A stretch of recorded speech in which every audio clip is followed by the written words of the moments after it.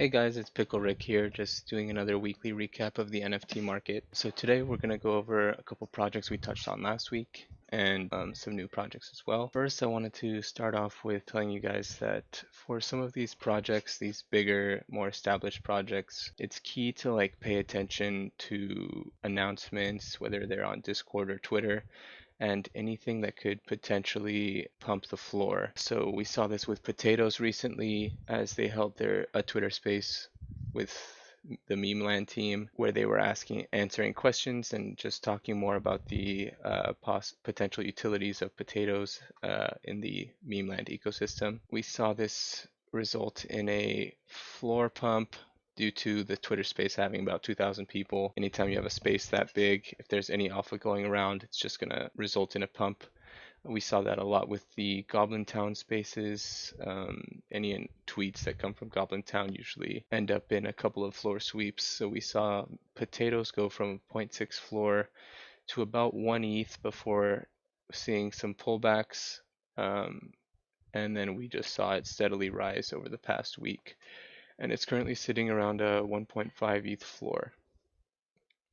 So moving on to one of the other projects we were discussing last week, Isakai Meta, they announced that the reveal would be on August 19th. Would have thought that that would result in some FUD, but it seems like at this point everyone who's holding is in this for the long term. They believe in the team, they love the art, and they're excited for the future of the project. So it's actually been pretty healthy and holding around a zero point 0.4 floor price.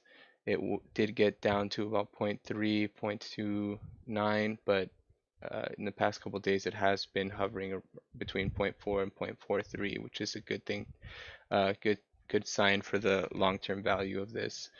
And there's definitely going to be some dip buy opportunities as people will liquidate if there's any other projects coming up that they see might be worth having some Ethereum to sweep. But again, just keep an eye on this for any dips and make sure that you mark your calendar for August 19th to try to get some reveal snipes.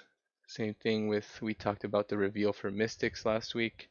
There were opportunities to snipe at reveal. If you did, we saw some of these going for above 1 ETH.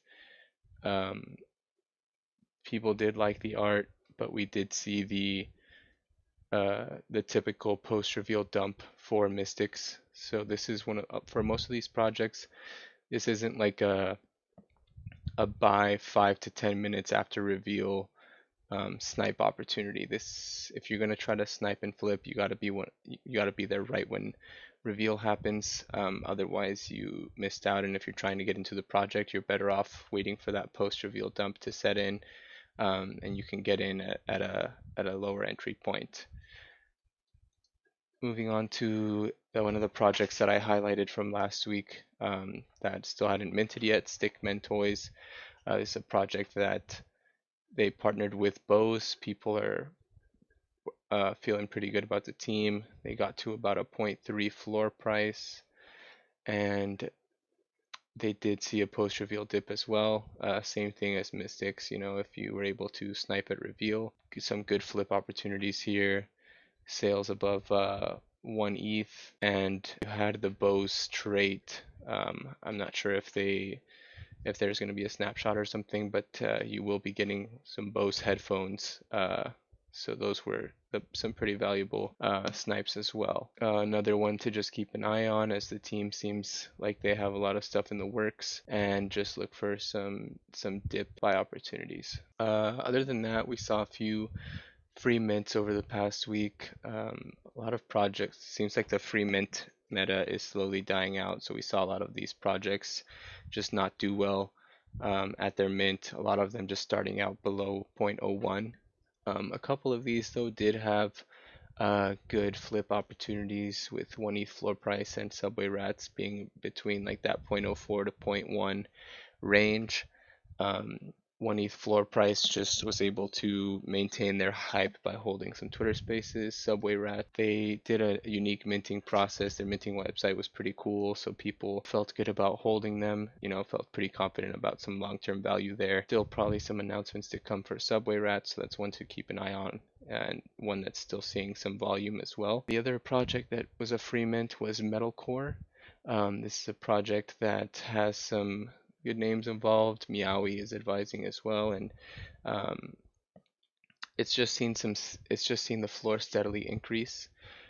Seems like they're working a lot on a lot of stuff in the back end, and this could be one to just watch, buy any rares that might be listed close to floor, or look for any dip buys, as this project could have some long-term potential. Yeah, that's gonna be it for this week. We'll touch base again next week and talk more about some of the upcoming mints.